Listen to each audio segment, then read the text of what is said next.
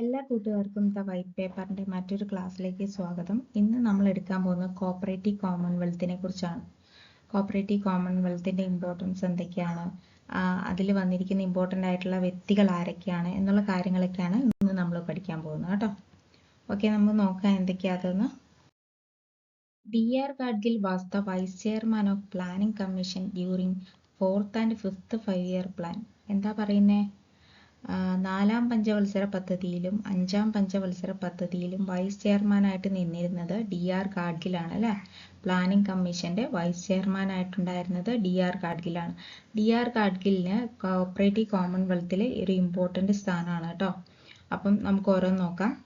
3rd 5-year plan is known as Gadgil Yojana. ഇത് question വരാൻ chance ഉണ്ട്.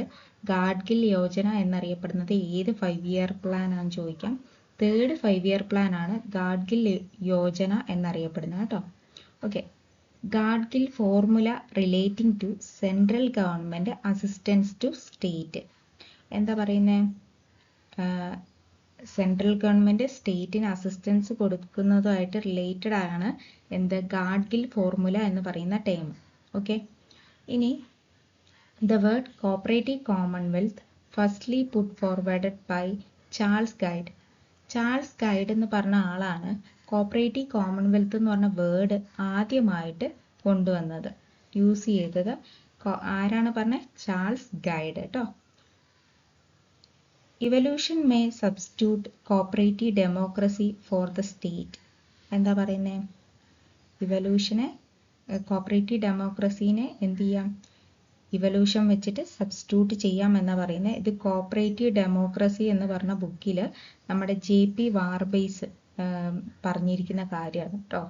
Evolution may substitute cooperative democracy for the state said by JP Warbasse. Warbasse ഏത് രാജ്യക്കാരനായിരുന്നു? USA ആണ് കേട്ടോ. In his book cooperative democracy.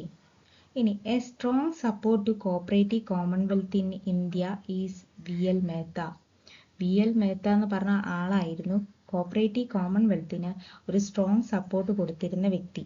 Okay, ഇത്രയും okay ആണോ? ഒന്നുകൂടെ പറയാം. D.R. ഗാഡ്ഗിലായിരുന്നു 4-ാമത്തെ 5-ാമത്തെ 5-year പ്ലാന്റെ വൈസ് ചെയർമാനായിട്ട് നിന്നിരുന്നത് പ്ലാനിംഗ് കമ്മീഷന്റെ. പിന്നെ ഗാഡ്ഗിൽ യോജന എന്നറിയപ്പെടുന്നത് ഏത് 5-year പ്ലാൻ ആണ്? 3rd 5-year പ്ലാനിനെയാണ് നമ്മൾ ഗാഡ്ഗിൽ യോജന എന്നറിയപ്പെടുന്നത് അല്ലെ. ഇനി വേറെ ടേം ഉണ്ട്, ഗാഡ്ഗിൽ ഫോർമുല അല്ലെ. ഗാഡ്ഗിൽ ഫോർമുല എന്തുമായിട്ട് ബന്ധപ്പെട്ടാണ്? സെൻട്രൽ ഗവൺമെന്റ് സ്റ്റേറ്റിന് അസിസ്റ്റൻസ് കൊടുക്കുന്നതുമായിട്ട് റിലേറ്റഡ് ആയിട്ടുള്ള ടേമാണ് ഗാഡ്ഗിൽ ഫോർമുല. ഓക്കെ, ഇനി കോപ്പറേറ്റീവ് കോമൺവെൽത്ത് എന്ന് പറഞ്ഞ വേർഡ് ആദ്യമായിട്ട് യൂസ് ചെയ്തത് ആരാണ്? നമ്മുടെ ചാൾസ് ഗൈഡ് ആണ് അല്ലെ. Charles Gide. ഇനി കോപ്പറേറ്റീവ് ഡെമോക്രസി എന്ന് പറഞ്ഞ ബുക്ക് എഴുതിയതാരാ? JP Warbasse. USA JP Warbasse ആണ് ബുക്ക് എഴുതിയത്. അതിൽ അദ്ദേഹം ഒരു കാര്യം പറയുന്നുണ്ട്, evolution may substitute cooperative democracy for the state അല്ലേ. ഇനി ഒരു സ്ട്രോങ് സപ്പോർട്ട് കൊടുത്ത ആരായിരുന്നു കോപ്പറേറ്റീവ് കോമൺവെൽത്തിന്? VL മേത്ത അല്ലേ. ഓക്കെ അല്ലേ. ഇനി അടുത്ത പോയിന്റ് എടുക്കുക കേട്ടോ. ഇതിൽ ഈ 3rd 5-year plan Gadgil Yojana ഓർത്തിരിക്കുക കേട്ടോ. ഇനി അടുത്തത് കോപ്പറേറ്റീവ് കോമൺവെൽത്ത് സ്കൂൾ എന്താണെന്ന് നോക്കാം അല്ലേ. അതിൻ്റെ അകത്ത് വരുന്ന ആളുകളെ ആദ്യം പറയാം. Charles Gide, Charles Fourier, Louis Blanc, Ernest Poisson. Ernest Poisson ഏത് രാജ്യക്കാരനാണ്? ഫ്രാൻസ് ആണ് അല്ലേ. റോബർട്ട് ഓവൻ ഇംഗ്ലണ്ടിൽ നിന്ന് ഉള്ള ആളാണ് കേട്ടോ. ഓക്കെ, അപ്പം Charles Gide, Charles Fourier, Louis Blanc, Ernest Poisson, Robert Owen, ഇത്രയും ആളുകളാണ് കോപ്പറേറ്റീവ് കോമൺവെൽത്ത് സ്കൂളുമായിട്ട് റിലേറ്റഡ് ആയിട്ടുള്ള വ്യക്തികൾ. അപ്പം cooperative commonwealth implies economic, political and social brotherhoodness among cooperatives of various countries in the world. ലോകത്തിലെ ഓരോ രാജ്യങ്ങളും തമ്മിൽ ഒരു സാഹോദര്യം ഉണ്ടാവണമെന്നാണ് കോപ്പറേറ്റീവ് കോമൺവെൽത്ത് സ്കൂൾ കൊണ്ട് ഉദ്ദേശിക്കുന്നത്. ബ്രദർഹുഡ്നെസ് ആണ് ഇവിടുത്തെ മെയിൻ ആയിട്ടുള്ള പോയിന്റ്. ഓക്കെ, അപ്പം എക്കണോമിക് ആയിട്ടുള്ളയും പൊളിറ്റിക്കൽ ആയിട്ടുള്ളയും സോഷ്യൽ ആയിട്ടുള്ളയും എന്തുണ്ടാവണം? സാഹോദര്യം അല്ലേ. ബ്രദർഹുഡ്നെസ് ഉണ്ടാവണമെന്നാണ് ഇവിടെ ഉദ്ദേശിക്കുന്നത്. Economy is based on self help and mutual help. Economy എന്തുമായിട്ട് ബന്ധപ്പെട്ടിരിക്കുന്നു? അവിടെ സ്വന്തമായിട്ടുള്ള സെൽഫ് ഹെൽപ്പും വേണം, അതേപോലെ തന്നെ എന്ത് വേണം? മ്യൂച്വൽ ഹെൽപ്പും വേണം. ബാക്കിയുള്ളവരുടെ ഹെൽപ്പും കൂടെ വേണമെന്നാണ് ഉദ്ദേശിക്കുന്നത്. സെൽഫ് ഹെൽപ്പാണ്, മ്യൂച്വൽ ഹെൽപ്പാണ് എക്കണോമി ബേസ് ചെയ്തിരിക്കുന്നത്. ഇനി a state economy where the means of production and distribution are owned by the cooperative societies on cooperative basis.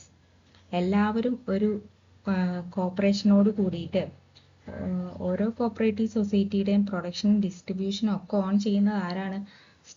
State ആണ് അല്ലേ? കോപ്പറേറ്റീവ് സൊസൈറ്റീസ് ആണ് അല്ലേ? എന്താ ഇവിടെ പറയുന്നത്? A state economy where the means of production and distribution are owned by the cooperative societies ആണ് എന്ത് ചെയ്യുന്നത്? പ്രൊഡക്ഷനും ഡിസ്ട്രിബ്യൂഷനും എല്ലാം ഓൺ ചെയ്യുന്നത്. അതൊരു കോപ്പറേഷനോട് കൂടി, എല്ലാവരും ഒരു ഐക്യത്തോടു കൂടി കോപ്പറേറ്റീവ് സൊസൈറ്റീസ് എന്ത് ചെയ്യുന്നു? പ്രൊഡക്ഷനും ഡിസ്ട്രിബ്യൂഷനും ഒക്കെ ഓൺ ചെയ്യുന്നു എന്നാണ് പറയുന്നത്. ഇനി utopian but strongly interested in Britain. ബ്രിട്ടനിലാണ് അവർ സ്ട്രോങ് ആയിട്ട് ഇൻട്രസ്റ്റഡ് ആയിട്ടുള്ളത്. ഇനി ഇതൊരു ഉട്ടോപ്യൻ ആണെന്നാണ് പറയുന്നത് അല്ലേ? എന്താ ഉട്ടോപ്യൻ എന്ന് പറഞ്ഞാൽ പ്രാക്ടിക്കൽ അല്ല, അതൊരു തിയറി മാത്രമാണ്, നടക്കാത്ത കാര്യമാണെന്നാണ് ഉട്ടോപ്യൻ എന്നതുകൊണ്ട് ഉദ്ദേശിക്കുന്നത്. അപ്പോൾ നമുക്ക് ബാക്കി എന്താ നോക്കാം. ഇതിൻ്റെ അകത്ത് വ്യക്തികളെ മെയിനായിട്ട് പഠിക്കണം. Charles Gide, Charles Fourier, Louis Blanc, Ernest Poisson, അതേപോലെ റോബർട്ട് ഓവൻ കേട്ടോ. ഇതിൽ പെടാത്തത് ആരെന്നൊക്കെ പറഞ്ഞാൽ ചിലപ്പോൾ ക്വസ്റ്റ്യൻ വരാം, അങ്ങനെ ക്വസ്റ്റ്യൻ വരാമെന്ന് പറയാൻ പറ്റില്ല. പിന്നെ അതേപോലെ തന്നെ ഈ കോപ്പറേറ്റീവ് കോമൺവെൽത്ത് എന്താന്നുള്ളത് അറിഞ്ഞിരിക്കുക എന്നുള്ളത് ഇമ്പോർട്ടൻ്റ് ആണ്. ബ്രദർഹുഡ്നെസ് എന്ന് കണ്ടാൽ ആരെ കൊടുക്കുക? കോപ്പറേറ്റീവ് കോമൺവെൽത്തിനെ കൊടുക്കുക കേട്ടോ. ഇനി അടുത്തത് എന്തുകൊണ്ടാണ് ഇത് ഉട്ടോപ്യൻ ആണ് അല്ലെങ്കിൽ ഇംപ്രാക്ടിക്കൽ ആണ് എന്ന് പറയുന്നതെന്ന് നോക്കാം. Big financial institutions cannot be organised on cooperative lines. എന്താ പറയുന്നത്? വലിയ വലിയ ഇൻസ്റ്റിറ്റ്യൂഷൻസ് എന്ത് ചെയ്യാൻ പറ്റില്ല? കോപ്പറേറ്റീവ് ലൈൻസിൽ കൊണ്ടുപോകാൻ പറ്റില്ല, ഓർഗനൈസ് ചെയ്യാൻ പറ്റില്ല എന്നുള്ളതാണ് ഒന്നാമത്തെ point. It requires huge capital. നല്ല മൂലധനം വേണം അല്ലേ? ക്യാപിറ്റൽ കുറെ ഉണ്ടെങ്കിൽ ഇത് നടക്കുള്ളൂ. ഇനി അതേപോലെ തന്നെ big industries in private sector cannot be liquidated. Private sector എന്ത് ചെയ്യാൻ പറ്റില്ല? ലിക്വിഡേറ്റ് ചെയ്യാൻ പറ്റില്ല എന്നാണ് പറയുന്നത്. ഇൻഡസ്ട്രീസ് കേട്ടോ, വലിയ വലിയ ഇൻഡസ്ട്രീസ്. ഇനി foreign trade cannot be organised successfully. Foreign trade എന്ത് ചെയ്യാൻ പറ്റില്ല? കറക്റ്റായിട്ട് നടത്താൻ പറ്റില്ല എന്നാണ് പറയുന്നത്. Public sector cannot B eliminated. ഇതിൽ നിന്ന് പബ്ലിക് സെക്ടറിനെ ഒഴിവാക്കാൻ പറ്റില്ല. Leaders task is vital. Leader എന്ന് പറയുന്ന ആളുടെ ഒരു റോൾ എന്ന് പറയുന്നത് ഇവിടെ ഇമ്പോർട്ടൻ്റ് ആണ്. ഇത്രയും കാര്യങ്ങളാണ് ഉട്ടോപ്യൻ ആണ് അല്ലെങ്കിൽ ഇംപ്രാക്ടിക്കൽ ആണ്, നടപ്പാക്കാൻ പറ്റാത്ത കാര്യമാണ് എന്ന് പറയാനുള്ള മെയിൻ ആയിട്ടുള്ള കാരണങ്ങൾ. അപ്പം ഇത് ജസ്റ്റ് ഒന്ന് ഓർത്തിരുന്നാൽ മതി കേട്ടോ. മെയിനായിട്ട് നമ്മൾ നേരത്തെ പറഞ്ഞ പോയിന്റ്സ് ഒക്കെ ഒന്ന് ഓർത്തിരിക്കുക. Now cooperative Commonwealth works in എങ്ങനെയാണ് വർക്ക് ചെയ്യുന്നത്? ലോക്കൽ സൊസൈറ്റീസിലുണ്ട്, നാഷണൽ ഫെഡറേഷൻസിലുണ്ട്, ICA ഉണ്ട് അല്ലേ? Now cooperative Commonwealth works in ICA, local societies, national federations. ഇനി അടുത്തത് കുറച്ച് ബുക്സും അതിൻ്റെ ഓതേഴ്സിൻ്റെ പേരുമാണ് അവിടെ തന്നിരിക്കുന്നത്. ഇമ്പോർട്ടൻ്റ് ആണ്, ഇത് ക്വസ്റ്റ്യൻ വരാം കേട്ടോ. ബുക്ക് എഴുതിയത് ആരെന്നൊക്കെ ചോദിച്ചു വരാം. ടുവേർഡ്സ് കോപ്പറേറ്റീവ് കോമൺവെൽത്ത് എന്നുള്ള ബുക്ക് എഴുതിയത് ആരാണ്? DR ഗാഡ്ഗിലാണ്. കോപ്പറേറ്റീവ് കോമൺവെൽത്തിൻ്റെ ഫാദർ എന്നറിയപ്പെടുന്ന DR ഗാഡ്ഗിലാണ് ടുവേർഡ്സ് കോപ്പറേറ്റീവ് കോമൺവെൽത്ത് എന്നുള്ള ബുക്ക് എഴുതിയിട്ടുള്ളത്. അടുത്തത് law and principles of cooperation. Law and principles of cooperation എന്ന് പറഞ്ഞ ബുക്ക് എഴുതിയത് H. കൽവേർട്ട് ആണ് കേട്ടോ, H. കൽവേർട്ട്. അതേപോലെ തന്നെ കോപ്പറേറ്റീവ് റിപ്പബ്ലിക് എഴുതിയത് ആരാണ്? ഏണസ്റ്റ് പിസൺ ആണ്. ഫ്രാൻസിലുള്ള ഏണസ്റ്റ് പിസൺ ആണ് കോപ്പറേറ്റീവ് റിപ്പബ്ലിക് എഴുതിയത് കേട്ടോ. അടുത്തത് modern cooperative theory James Leonard 1953 publish ചെയ്ത ബുക്കാണ് കേട്ടോ. ഇനി കോപ്പറേറ്റീവ് ഡെമോക്രസി JP വാർബേസിന്റെ ബുക്കാണ്. ഡെമോക്രസി എന്നൊക്കെ കാണുമ്പോൾ വാർ ഓർത്താൽ മതി, യുദ്ധം. അപ്പം ഡെമോക്രസി JP വാർബേസ്, ഓർത്തിരിക്കാൻ എളുപ്പത്തിന് പറഞ്ഞതാണ്. അതേപോലെ കോപ്പറേറ്റീവ് റിപ്പബ്ലിക് എന്ന് ഓർക്കുമ്പോൾ എന്ത് ചെയ്യുക? ഏണസ്റ്റ് പിസൺ ഓർത്തിരിക്കാൻ വേണ്ടി നമ്മൾ മുകളിലേക്ക് ഇങ്ങനെ വെടി വെച്ചിട്ടാണല്ലോ നമ്മൾ എന്ത് ചെയ്യുക? റിപ്പബ്ലിക് ഒക്കെ ആഘോഷിക്കാമെന്ന് ഓർത്താൽ മതി. അപ്പം പിസൺ എന്ന് കാണുമ്പോൾ ഏണസ്റ്റ് പിസൺ എന്ന് ഓർത്താൽ മതി കേട്ടോ. Law and principles H. Calvert. Cooperative commonwealth കാണുമ്പോൾ തന്നെ ആരെ ഓർക്കുക? DR ഗാഡ്ഗിലിനെ ഓർക്കുക, അതല്ലാതെ വേറെ വഴിയില്ല. അപ്പം ഇത്രയാണ് മെയിനായിട്ട് പഠിക്കാനുള്ളത്. അടുത്ത എന്താന്ന് നോക്കാം. ഇനി അടുത്ത നമ്മൾ പറയുന്നത് സ്കൂൾസ് ഓഫ് കോപ്പറേറ്റീവ് തോട്ടിനെ കുറിച്ചാണ്. 3 സ്കൂൾസിനെ കുറിച്ചാണ് നമുക്ക് ഇതിൻ്റെ അകത്ത് പഠിക്കാനുള്ളത്. കോപ്പറേറ്റീവ് എന്റർപ്രൈസ് സ്കൂളാണ് ഒന്നാമത്തത്. Cooperatives are independent economic units organised and run by its members for providing goods and services on cost to cost basis. Consumer cooperatives ആണ് ഇതുകൊണ്ട് ഉദ്ദേശിക്കുന്നത്. എന്താ പറയുന്നത്? ഇൻഡിപെൻഡന്റ് ആയിട്ടുള്ള ഒരു എക്കണോമിക് യൂണിറ്റ് ആണിത്. ആരാണ് റൺ ചെയ്യുന്നത്? Run and organised by its members. Members ആണ് ഓർഗനൈസ് ചെയ്യുകയും റൺ ചെയ്യുകയും ചെയ്യുന്നത്. പിന്നെന്താ പറയുന്നത്? For providing goods and services on cost to cost basis. വിലയ്ക്കനുസരിച്ച് സാധനങ്ങളും സേവനങ്ങളും പ്രൊവൈഡ് ചെയ്യുക എന്നുള്ളതാണ് ഇവരുടെ മെയിൻ ആയിട്ടുള്ള ഉദ്ദേശം എന്ന് പറയുന്നത് അല്ലേ. ഇനി ഈ സ്കൂളിൽ ആരൊക്കെയാ ഉള്ളത്? അത് ഇമ്പോർട്ടൻ്റ് ആണ്. The school is derived from Raiffeisen, Schulze, Horace Plunkett. 3 പേരാണല്ലേ ഉള്ളത്. Raiffeisen, Schulze, Horace Plunkett. മാർക്കരുത് കേട്ടോ. ഇനി cooperative commonwealth school. Cooperative commonwealth school എന്താ പറയുന്നത്? Not for improving economic position of members. മെമ്പേഴ്സിന്റെ എക്കണോമിക് പൊസിഷൻ ഇംപ്രൂവ് ചെയ്യാൻ വേണ്ടി കൊണ്ടുവന്നതല്ല. ഇത് എന്തിനു വേണ്ടിയാണ് കൊണ്ടുവന്നത്? But eliminating the capitalist system. Capitalist system eliminate ചെയ്യാൻ വേണ്ടിയിട്ടാണ് കോപ്പറേറ്റീവ് കോമൺവെൽത്ത് സ്കൂൾ വന്നതെന്നാണ് പറയുന്നത്. ഇതിൽ the school is derived from Robert Owen. ഇംഗ്ലണ്ടിലെ റോബർട്ട് ഓവനും Charles Fourier, Charles Gide, Louis Blanc, ഇത്ര ആൾക്കാരാണ് ഇതിൻ്റെ അകത്ത് വരുന്നത്. ലൂയിസ് ബ്ലാങ്ക് എന്ന് പറയുന്നത് ഫ്രാൻസുകാരനാണ് അല്ലേ. ഇനി അപ്പോൾ എന്റർപ്രൈസ് സ്കൂൾ എന്ന് പറയുന്നത് സാധനങ്ങളും സേവനങ്ങളും കോസ്റ്റ് അടിസ്ഥാനത്തിൽ പ്രൊവൈഡ് ചെയ്യാൻ വേണ്ടിയിട്ടാണ് എന്ത് വന്നത്? കോപ്പറേറ്റീവ് എന്റർപ്രൈസ് സ്കൂളിൽ വന്നത്. ഒരു ഇൻഡിപെൻഡന്റ് എക്കണോമിക് യൂണിറ്റ് ആണിത്. റൈഫീസൺ, ഷൂൾസ്, ഹൊറേസ് പ്ലങ്കറ്റ്, ഇത്ര ആൾക്കാരാണ് അതിൻ്റെ അകത്ത് ഉണ്ടായിരുന്നത് ഈ സ്കൂളിൻ്റെ അകത്ത്. ഇനി സ്കൂള് വരാനുള്ള കാരണമായത് അല്ലേ.